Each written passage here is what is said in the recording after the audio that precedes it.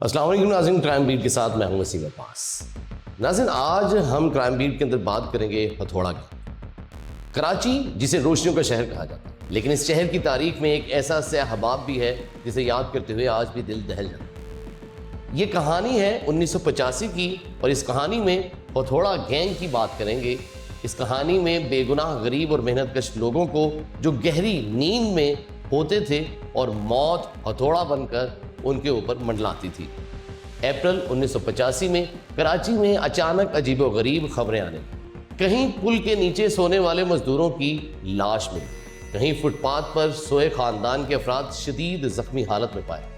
ان سب کے سروں پر ایک ہی طرح کے زخم تھے، جیسے کسی بھاری چیز سے پوری قوت کے ساتھ وار کیا گیا۔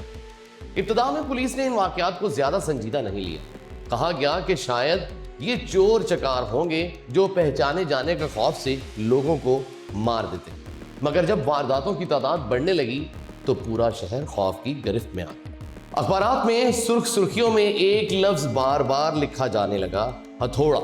یہی وہ لفظ تھا جس نے اس نامعلوم گروہ کو ہتھوڑا گینگ بنایا۔ حالانکہ بعد میں تفتیشی ماہرین نے یہ بھی بتایا کہ کسی ایک بھی واقعے میں باقاعدہ ہتھوڑا ثابت نہیں ہو سکا جس چیز سے وار کیا گیا۔ پوسٹ مارٹم رپورٹس یہ بتاتی تھیں کہ سر کسی بھاری نوکیلی یا کند چیز سے کچلے گئے تھے۔ ممکن ہے وہ کلہاڑی ہو، لوہے کا راڈ ہو یا کوئی اور آلہ، لیکن نام زبان زد عام ہتھوڑا ہو چکا تھا۔ پہلا بڑا واقعہ ایک غریب خاندان کے ساتھ پیش ہے۔ ملتان سے تعلق رکھنے والا اللہ وسایہ کا خاندان ایکسپریس ٹرین کے ذریعے کراچی پہنچا۔ ٹرین تاخیر کا شکار ہوئی، رات کا آخری پہر تھا۔ خاندان یہ سوچ کر اس وقت آگے جانا محفوظ نہیں سمجھ رہا تھا کہ اندھیرا بہت بڑھ چکا۔ کینٹ اسٹیشن کے قریب ایک پل کے پاس ہی سونے کا فیصلہ کیا گیا۔ جب صبح آنکھ کھلی تو وہ سب شدید زخمی تھے۔ خوف میں لت پت اور کچھ فاصلے پر 2 لاشیں پڑی تھیں جن کے سر بری طرح سے کچل دیے گئے تھے۔ تحقیقات سے ایک بات بالکل واضح ہو گئی تھی کہ یہ لوگ کسی خاص شخصیت، سیاستدان یا سرکاری افسر کو نشانہ نہیں بنا رہے تھے۔ ان کا نشانہ صرف وہ لوگ تھے جو غریب تھے، مزدور تھے، فٹ پاتھوں پر، پلوں کے نیچے یا گھروں کے باہر چارپائیاں ڈال کر سویا کرتے تھے۔ یہ وہ لوگ تھے جن کی کوئی آواز نہیں تھی، کوئی سفارش نہیں تھی، اور جن کے لیے انصاف کا دروازہ ہمیشہ بند ہی رہتا تھا۔ جب مزید چھان بین ہوئی تو معلوم ہوا کہ ایسے ہی واقعات کراچی تک محدود نہیں تھے۔ راولپنڈی، جہلم، چکوال، آزاد کشمیر اور پھر لاہور میں اس طرز کی وارداتیں ہونا عام ہوئی۔ لاہور کے علاقے نیاز بیگ میں کئی ایسے واقعات رپورٹ ہوئے جہاں لوگ گھروں کے باہر سویا کرتے تھے۔ وہاں ایک موقع پر ایک شخص جاگ گیا اور اس نے حملہ آور کو پکڑ لیا۔ اس سے تفتیش کی گئی تو یہ نتیجہ نکالا گیا کہ یہ کوئی باقاعدہ منظم گینگ نہیں تھا اور نہ ہی کوئی سیریل کلنگ تھی، بلکہ یہ جنونی نوعیت کی وارداتیں تھیں جن میں کچھ لوگ دوسروں کو تکلیف دے کر ذہنی سکون حاصل کیا کرتے تھے۔ لیکن کراچی کا معاملہ یہاں آ کر مختلف ہو جاتا ہے ناظرین۔ کراچی میں تفتیش کا رخ اچانک ایک بین الاقوامی پہلو کی طرف مڑ گیا۔ اس وقت دنیا میں سرد جنگ عروج پر تھی۔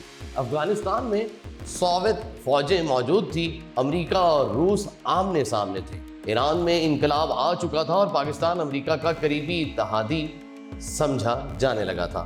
اسی دوران افغان مہاجرین کی بڑی تعداد پاکستان آ رہی تھی، جس پر کئی ممالک ناخوش بھی تھے۔ اس پس منظر میں لیبیا کا نام سامنے، اگرچہ لیبیا کے سربراہ معمر قذافی کو بھٹو کا دوست کہا جاتا تھا، لیکن کچھ شواہد نے شک کو جنم دی۔ سندھ پولیس میں SSG کمانڈو اور انٹیلیجنس تجربہ رکھنے والے کرنل سعید کو اس کیس کی تفتیش سونپ دی گئی۔ انہوں نے ایک لیبین شہری عمار پر نظر رکھی جو DHA کراچی میں رہتا تھا اور ہمیشہ مسلح گارڈز کے ساتھ اپنی حرکت کیا کرتا تھا۔ کرنل سعید نے ایک منصوبہ بنایا۔ DHA کی ایک گلی میں ناکہ بندی کی گئی۔ جیسے ہی عمار کی گاڑی وہاں پہنچی، بیریئرز لگا دیے گئے۔ اس کے گارڈز نے اسلحہ تان لیا، مگر کرنل سعید کے ساتھ موجود ایک نوجوان نے کلہاڑی سے گاڑی کے شیشے پر وار دے مارا۔ شیشہ ٹوٹا، دروازہ کھلا اور عمار کو زبردستی اٹھا کر لے جایا گیا۔ تفتیش کے دوران ایک خوفناک حقیقت سامنے آئے ناظرین۔ ہتھوڑا گینگ کے حملہ آور لیبیا سے صبح کی فلائٹ پر کراچی آتے رات کے وقت واردات ڈالتے اور اگلی فلائٹ سے واپس لیبیا لوٹ جایا کرتے تھے۔ وہ 24 گھنٹے بھی پاکستان میں نہیں رکتے تھے۔ مزید یہ کہ ایک انٹیلیجنس آفیسر لطیف اس پورے نیٹ ورک کو سہولت بھی فراہم کر رہا تھا، جس کی نشاندہی بعد میں کر لی گئی۔ عمار نے یہ بھی اعتراف کیا کہ اس کا مقصد پاکستان میں خوف اور بدامنی پھیلانا تھا تاکہ پاکستان پر امریکہ کا ساتھ چھوڑنے کے لیے دباؤ ڈالا جا سکے۔ غریب اور باہر سونے والے لوگ اس لیے چنے گئے کیونکہ وہ آسان ہدف تھے، نہ کوئی مزاحمت اور نہ کوئی گواہ۔ ناظرین، اس کہانی کا سب سے بڑا المیہ یہ ہے کہ عمار کو سفارتی استثناء حاصل تھا۔ پاکستانی قانون اس پر لاگو نہیں ہو سکتا تھا، چنانچہ اسے لیبیا کے حوالے کر دیا گیا، جہاں وہ ایک آزاد شہری کی حیثیت سے زندگی گزارنے لگا۔ یہاں پاکستان میں سینکڑوں فائلیں خاموشی سے بند کر دی گئی، مقدمات داخل دفتر کر دیے گئے اور متاثرین کو کبھی بھی انصاف ملنے کی توقع اور امید نہ رہی۔ 1986 کے بعد ہتھوڑا گینگ کی وارداتیں اچانک رک گئی، لیکن وہ سوال آج بھی زندہ ہے۔ غریبوں کا قاتل کون تھا؟ انہیں انصاف کیوں نہ مل سکا؟ فائلیں کیوں بند کر دی گئی؟ یہ کراچی کی تاریخ کا وہ سیاہ باب ہے جس میں نیند کو جرم بنا دیا گیا اور غربت کی سزا موت ٹھہری۔